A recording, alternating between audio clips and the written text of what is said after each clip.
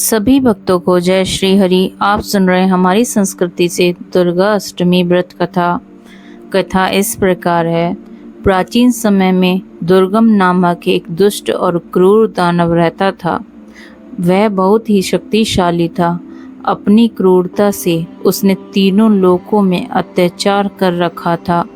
उसकी दुष्टता से पृथ्वी, आकाश और ब्रह्मांड तीनों जगह लोग पीड़ित थे। उसने ऐसा आतंक फैलाया था कि आतंक के डर से सभी देवता कैलाश में चले गए, क्योंकि देवता उसे मार नहीं सकते थे और ना ही उसे सजा दे सकते थे। सभी देवता ने भगवान शिव जी से इस बारे में हस्तक्षेप करने को कहा। अंत में विष्णु, ब्रह्मा और सभी देवताओं के साथ मिलकर भगवान शंकर ने एक मार्ग निकाला और सबने अपनी ऊर्जा अर्थात अपनी शक्तियों को एकत्रित करके संयुक्त रूप से शुक्ल पक्ष की अष्टमी को देवी दुर्गा को जन्म दिया। उसके बाद उन्होंने सबसे शक्तिशाली हथियार को देकर दानव के साथ एक कठोर युद्ध को छेड़ दिया। फिर देवी दुर्गा ने उसको बिना किसी समय को लगाए तुरंत दानव का संहार कर दिया। वह दानव दुर्गसेन के नाम से भी जाना जाता था।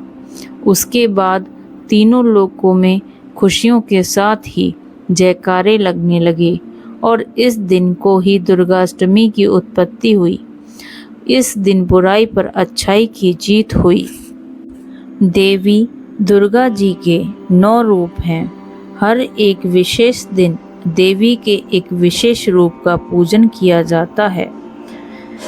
दुर्गा अष्टमी के दिन देवी दुर्गा के हथियारों की पूजा की जाती है और हथियारों के प्रदर्शन के कारण इस दिन को लोकप्रिय रूप से वीराष्टमी के रूप में भी जाना जाता है। दुर्गाष्टमी के दिन भक्त सुबह जल्दी स्नान करके देवी दुर्गा से प्रार्थना करते हैं और पूजन के लिए लाल फूल, लाल चंदन, दिया, धूप इत्यादि इन सामग्रियों से पूजा करते हैं और देवी को अर्पण करने के लिए विशेष रूप से नैवेद्य को तैयार किया जाता है। दुर्गा अष्टमी के दिन विशेषकर जो 6 वर्ष से 12 वर्ष के आयु वर्ग की कन्याओं के 5, 7, 9 और 11 के समूह को भोजन के लिए आमंत्रित कर उनके स्वागत में उनके पाँव को पहले धोया जाता है, फिर उनका पूजन किया जाता है।